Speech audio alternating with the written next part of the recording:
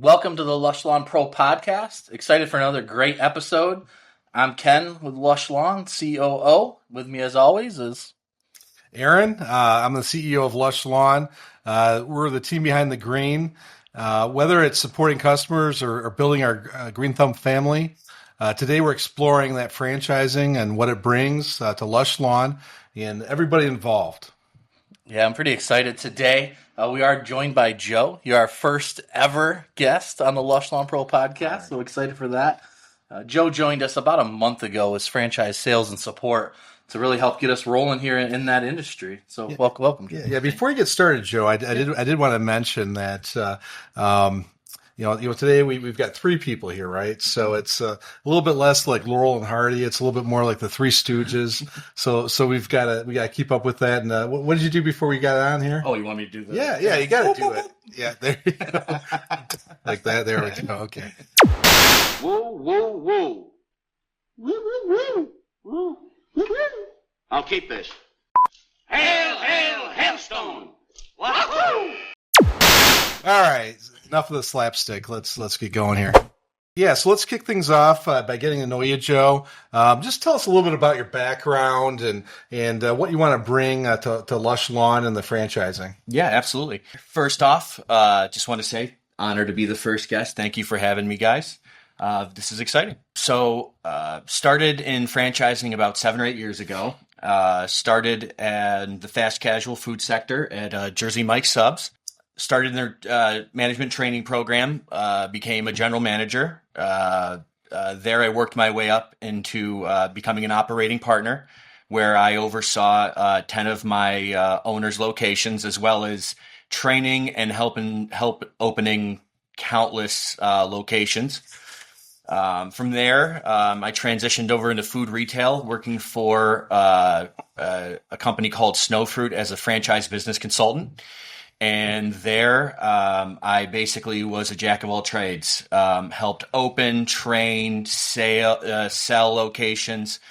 Basically anything that the franchisee needed, I was there for them. And why am I here? So I was contacted by Aaron, and we had a great talk, and I saw the benefits of starting fresh here at Lush Lawn, where we could start on the ground floor and really build this thing up. Yes. Okay, so that's what interested you with Lush Lawn is what exactly? Like, what was it? Aaron, he said he was looking for a job, man. You asked. That's what he was looking for. Was it the tie war? Was it? Well, I mean, it was talking to you initially, but then really meeting the team, everybody, how knowledgeable they were, how helpful they were, and really just getting to see their expertise and what they brought to the table. I knew it was a great team to join. Okay. All right. What about you personally, Joe? What motivates you daily? What makes you get up and come to Lush Lawn every day to get this thing going? Great question. I'm never one to not have a sappy sports analogy. So I had an old football coach that was teaching us about mistakes. And he stated, if you're going to make a mistake, do it at 100%. And I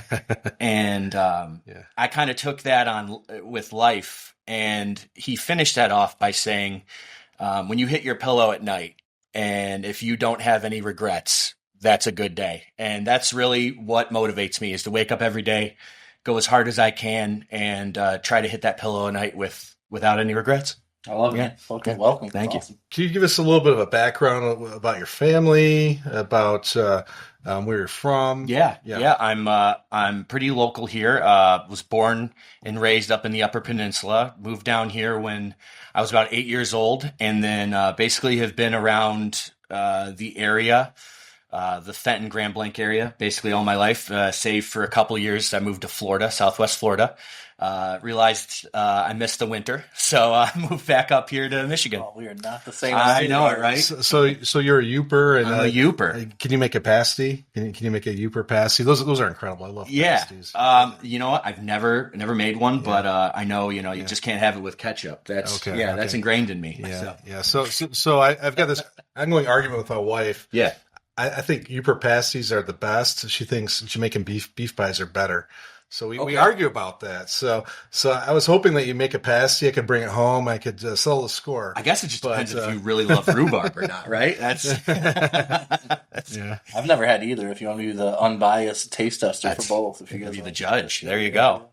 All right, guys. I kind of want to jump into the meat and potatoes of it, right? Franchising, how it benefits not only the franchisor being Lush Lawn, but the franchisees out there and what they'll get out of it. I thought I'd start off with you though, Aaron. Why'd you choose to go the franchise route? Why not just grow corporately and keep going down that path? Yeah, so we were growing internally for all these last 21 years, and we've done a great job with that. But I really want to share what we're doing with other people in other markets. And the best way to bring that about is to sell franchises to people in other locations throughout the Midwest, like Cincinnati, Ohio, or maybe you're from Columbus, maybe you're from Milwaukee, Chicago, Philadelphia, Pittsburgh. If you're out there, we want to talk to you and talk to you about selling a franchise. That's how I wanted to do it. I know that we can expand more outside of the Detroit and Michigan market if we're able to bring in some franchise partners. So that's why I did that. I've also seen other companies grow with franchise partners as well. We have the best markets available right now because we've just started selling franchises, and it's a great opportunity. I'm going to share it. Awesome. Yeah, that's exciting. How about for the franchisee? What specifically benefits can they expect from this? Why do this over like a standard business model for those entrepreneurs looking to get into business and start their own thing?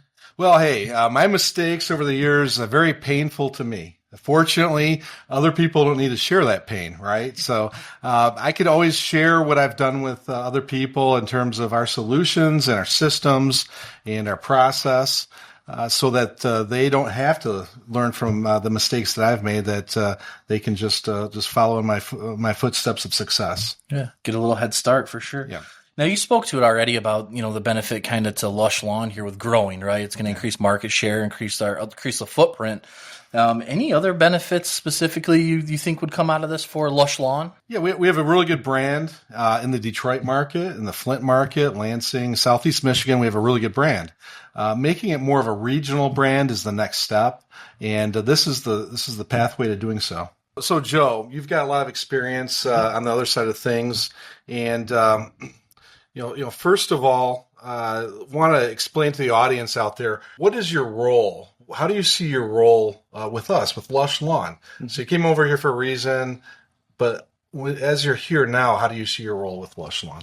Yeah, great question. I really see my role basically all-encompassing anything that has to do with franchising with Lush Lawn. I'm going to be a part of. So I'll be the first point of contact. If you are interested, you'll be talking to me. And I'll lead you all the way up to the day that we open those doors and we start your business. So, really. And then even after that, I'll be there to make sure that any questions that you have are answered and we make you as successful as possible. Well, hey, that's a good answer, because if I was going to answer it differently, then we had a problem. I heard you for some reason, right? And it's the same reason. Wow, that's a miracle. I love it. So, why is becoming a Lush Lawn franchisee a smart move? Why do you think that's a smart move? Yeah, absolutely. I had somebody make the analogy one time of building a car. So you can either start from scratch and go piece by piece, making sure that car is running the whole time until that day that you turn the key over and you hope you did it right and it turns. Or you can buy the car and have that assurance that once you turn that key, most likely it's going to start. And if it's not, you're going to have that protection behind you to make sure that it gets fixed. Well, that's the same way with franchising. We're taking out not all the risk, but a lot of the risk that's involved in starting a business from scratch. Like you stated before, you have that experience of making those mistakes when you first started Lush Lawn. And with franchising, we're going to have that experience to lay back on to make sure that we don't repeat those mistakes. Yeah, so you guys are pouncing on my mistakes. Have I ever made mistakes, Ken? Have I ever made mistakes? Not that I recall. Yeah, I don't know. I think I have made some. So, yes, that's right, that we're trying to save people from doing that. Yeah, Joe, with that, you talk about buying a car versus building a car and all those things, right? And there's going to be a lot of people that are listening to this and that have interest in the green space, but some that don't. Just business entrepreneurs that want to get into this, right? So they might not have that background in the green space. So you're giving someone a car. How do you train them, man? How are they going to drive it? Someone that's never drove a car before. How you going to? How do I teach them to drive? That's right. Great Do you question. give them a car? Yeah. So really, with our training and support, I would describe it encompassing as comprehensive. So we're going to start, to teach you how to drive that car. With 4 weeks of training. So you're going to come up here to our headquarters in Waterford, Michigan, where you will get training in every department that we have here. Marketing, sales, customer service, operations. We're going to make sure that you know the ins and outs of the business. So when we do start on that launch to get you to have your own franchise, you know what we know. In your prior life, can you share an example of someone who succeeded with franchising? What made them successful? Absolutely. Oh, tons. I have a lot of examples. The one that really comes to mind was in my last role as a franchise business consultant. I had a gentleman, he was just a real go-getter, worked really hard, was real smart, intuitive, and really had goals set out for him long-term or short-term and long-term. And he took what I would say is a median business, made about the middle average of what you could make in a franchise. He took that one business, he figured out the right staffing, and in under a year, he had 5 businesses. So, wow. Yeah, he expanded that fast. So he took one business because he was successful at that. He was able to expand it into 5 Yep, more. he bought 4 more. Yeah. Yep, and he had 5 by the end of that year. Yeah, so that's something we're envisioning here as well at Lush Lawn, just so you know. So it's very, very good to know that you've had that experience in your prior position. So that's good to know. Yeah, we're starting off right regionally, I believe, right? That's where we're looking for franchising. Yes. So. Yeah, so we're trying to keep it agronomically similar to Southeast Michigan, and that's why we're going and selling franchises in the Midwest. Awesome. Yeah, we know the area, right? We know what it's like, so definitely there to support and help. Joe, you spoke to it already, kind of on that, but I'm curious. People are going to have a lot of questions as they come on board, and some maybe apprehensions. We expect that they're going to be driven, ready to go, ready to roll. But what's that first 90 days look like? You spoke to the first initial training, but what can they expect in that first 90 days? I went over the first 4 weeks, right? So your first 4 weeks is going to be a lot of training, where we're hopefully teaching you the ins and outs of the business from every department, so you feel prepared. And then after that, it's prep for your franchise, right? All the small details of starting a business, we're going to go over. So where are we having the location at? Where's your location of operations going to be based out of? We've got to secure the equipment, buy everything so you can start the franchise. Permits and licensing, get everything accredited in your area, as well as operating supplies, just everything. Staplers, paper, got to buy that at some point. And then really start with your marketing campaign so we can get a customer base going so you can make as much money as possible. So, Joe, what's one of the things that surprises new franchisees the most? Great question. From my experience, the one big common theme that a lot of them have told me is how fast it is when you first open those doors. It goes like that. It's a flash. The next thing you know, you're just kind of in it, and a lot of the details that you thought you had time for are going to fall by the wayside. And again, that's a benefit of franchising, where we have that expertise to go, hey, don't forget about this. This is crucial. To really help you kind of slow down and make sure that you're making the critical decisions that you need to make. One of my own experiences with owning a business is when you first start the business, there's a lot of pressure. There's a lot of pressure on you, and it takes a while to get used to that. Yeah. So after so many years of that pressure, it's like eating breakfast or eating lunch. It's just something that's like an everyday thing for you. So it's not a big deal at this point. But as each month goes forward, you get more and more used to the pressure. And eventually you learn to enjoy the pressure, appreciate it, thrive on it. It even makes you sharper and a better person, I think, and a better professional. Pressure makes diamonds. So that's it. I've heard that before. Yeah. I'm glad you say that too, right? Because to be transparent and honest with everyone, this is starting your own business, right? There is going to be the pressure there. Yeah. While there's going to be tons of support, you're not going to be there every day holding hands, right? So you speak to that. It's a little challenging at first, but you get used to it and you embrace it over some time. So I think it's nice to touch on that, to talk about that. Yeah, very challenging at first. It takes a little bit of getting used to, but once you get used to it, there's all the rewards in the world, and the upside is tremendous. Well said. Yeah. Just going back to what Ken had asked you, I'm sure there's some bumps and bruises.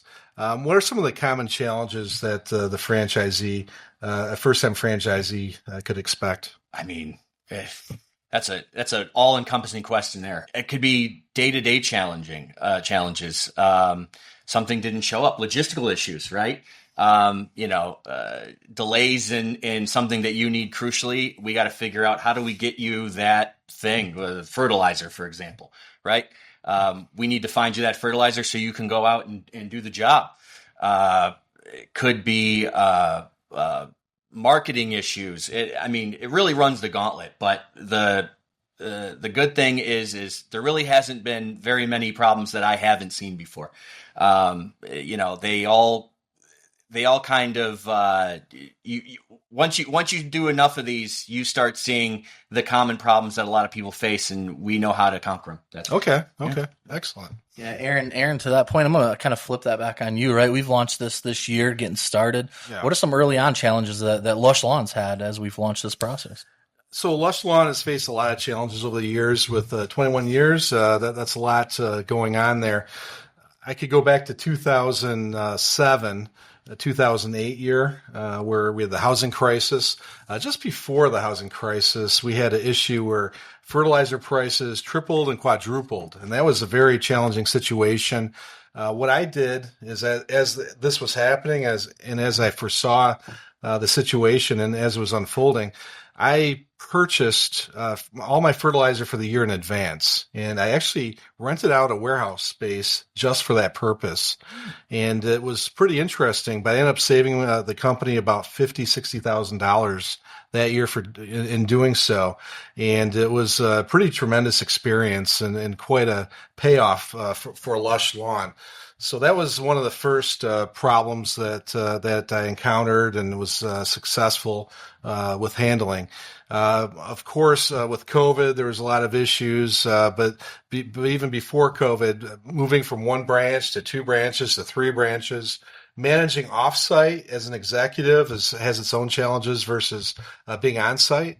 It's just a little bit easier, right? When you're there, when you're able to see what people are doing, instead of managing through reports and numbers and audits and things like that. So management takes on new challenges as you get bigger and bigger as a company. Going to COVID, I spoke to that, I think, in episode 1, where we definitely had things going on with that, where we didn't know what was going on from one day to the next. So I encourage anybody that's there, if you haven't seen or listened to episode 1, go ahead and please do so. But even after COVID, we had our series of challenges. Like, for example, we had a labor shortage for a period of time. So it was hard to find employees for probably about 1 to 2 years after COVID. I'd say 2020, 2021, and even into 2022. That was a pretty tough time. Managers had to put on their work boots and get out there and work. I think you might have done some of that, Ken, right? Yes, definitely spent my time out in the field. I also love the shameless plug on the episode 1. So check that out, guys, if you haven't yet. Nice touch there, Aaron. Yeah. Yeah, you probably had to dust off your boots, right, and get out there a little bit and do some work. I thought I was going to get out there and fertilize lawns again myself, but I wasn't so fortunate as you were there, Ken. So there was that going on. We also had supply chain problems afterwards, and that was pretty interesting. So overnight, we had issues finding fertilizer or different products.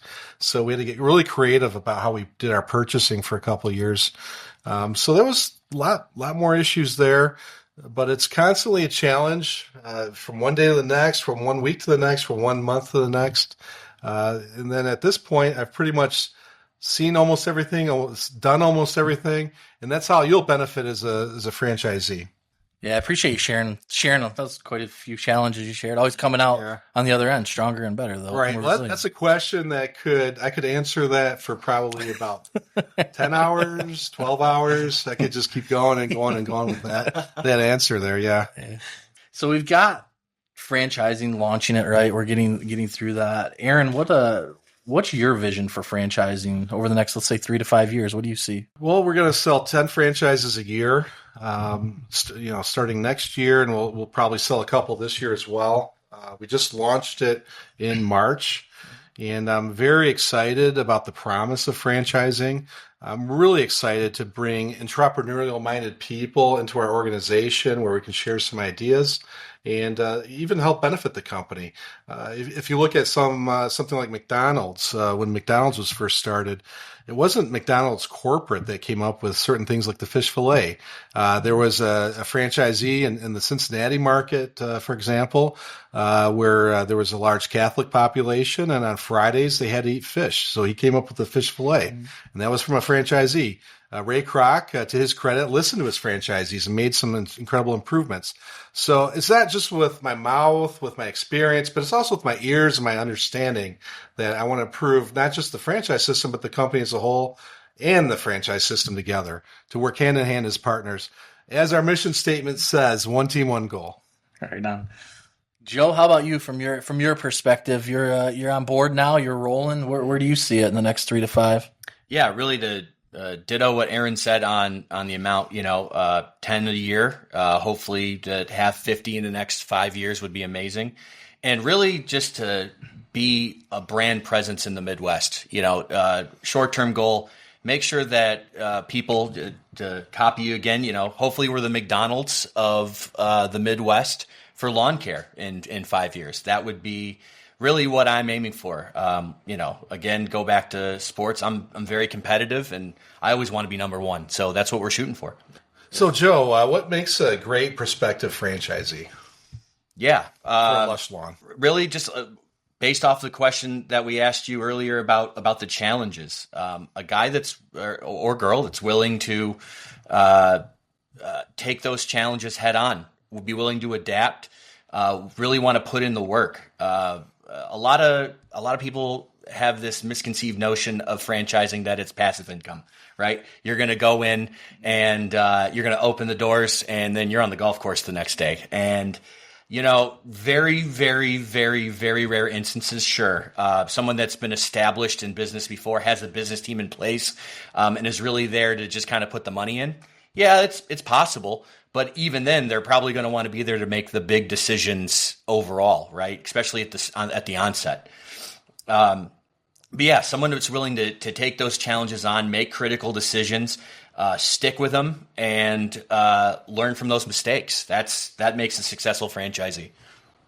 Okay. All right, Joe, I also want to kind of break this down for someone, right? They're interested. They want to get on board. I want to kind of set that expectation for them. What do they need? Do they have to know about lawns? Do they have to, get their own equipment, fertilizer? What's it look like for them once they're ready to come on board? That's a great question. I would first off say, what the expectation for someone to come on board would be: have a great attitude, be willing to learn. All honesty, no, you don't need to know a whole lot about lawn care to start. To be honest with you, just through this training that I went through the different departmental training. I didn't know a single thing about lawn care, and by the end of it, I was doing my own route. So I am one to attest that it does work. You do learn your stuff going through our training. And to further up what you said about, do you need your own equipment? We supply the suppliers of the equipment. We'll tell you what you need to get the job done. But you purchase it, obviously. Everything that you do with the franchise, you'll be purchasing. But we have the suppliers in place that we use. With specialized pricing that we've negotiated, so you're getting deals better than what you would get if you were just an individual. Yeah, I would like to just comment on that. We've negotiated prices that are about 50% off in some cases from what somebody walking in off the street would get on fertilizer or different products that we have. So that's important to know. I would also like to add too, that you don't have to have your own building to start this. In fact, in your first year, we may even let you work out of your house. So that's a big benefit. That's less of an investment, that's for sure. We also are working with banks as well. So we're working with banks that can help you. We would look for a credit score, I believe, of over 680 for the bank to help you. And you would benefit from that quite tremendously because it would reduce your level of investment. You may have to put down as little as 20%, maybe even as little as 10, or maybe it's even 30%, but you wouldn't have to pay the full amount if you're able to get credit. So I just wanted to throw that in there as well, Ken. Yeah, I think that's helpful. Yeah, it's very helpful. Yeah, that's the bulk buying in bulk, all the supplies, all the discounts, we've negotiated that can help pass that on to franchisees. It's really beneficial. When I interviewed you, though, I thought you said you were a lawn care expert. Was that just something you made up, Joe? Oh. I didn't think you'd remember that. I'll be honest with you. Well, here you are. It's too late now. Okay. Joe, so you're saying the average Joe could do this? Yeah, I would say that as an average Joe, you can absolutely do this. Absolutely. Okay. And you are the average Joe. I am the average Joe. All right, I got you. Aaron, that's worse than your bottle opener dad joke thing you have, man. That one's pretty rough. I've got lots of dad jokes up my sleeve, and I just pulled one out there. That is a doozy. Yeah, just thank you, Joe. Yeah, just reference. He's got a can opener that when you use it, it spits off some cheesy dad joke like that. So yeah, he's got him coming all day. Got it for Father's Day. I earned it though. So yeah. All right, guys. I think that just about wraps up this third installment of the Lush Lawn Pro Podcast. Joe, I want to thank you for being with us today. It was awesome to have a first guest with us. That was great. Yes, this was awesome, guys. Thank you for having me. All right. Yeah. Hey, thanks, Joe. We appreciate it. And we're really excited about launching our franchises. If you want to visit us on our website, you can go to lushlawn.com. We also have a franchising website, lushlawnfranchising.com. You can also visit us on social media on Facebook, Instagram. You can also see us on Twitter, LinkedIn, whatever other social media is out there. I'm sure you can find us on that. Thanks for listening to the Lush Lawn Pro Podcast. I hope that you're getting a lot out of this, and I hope you're learning a lot. If you can subscribe, I'd like you to subscribe. I'd really appreciate it. Let's make it a great day. Thank you.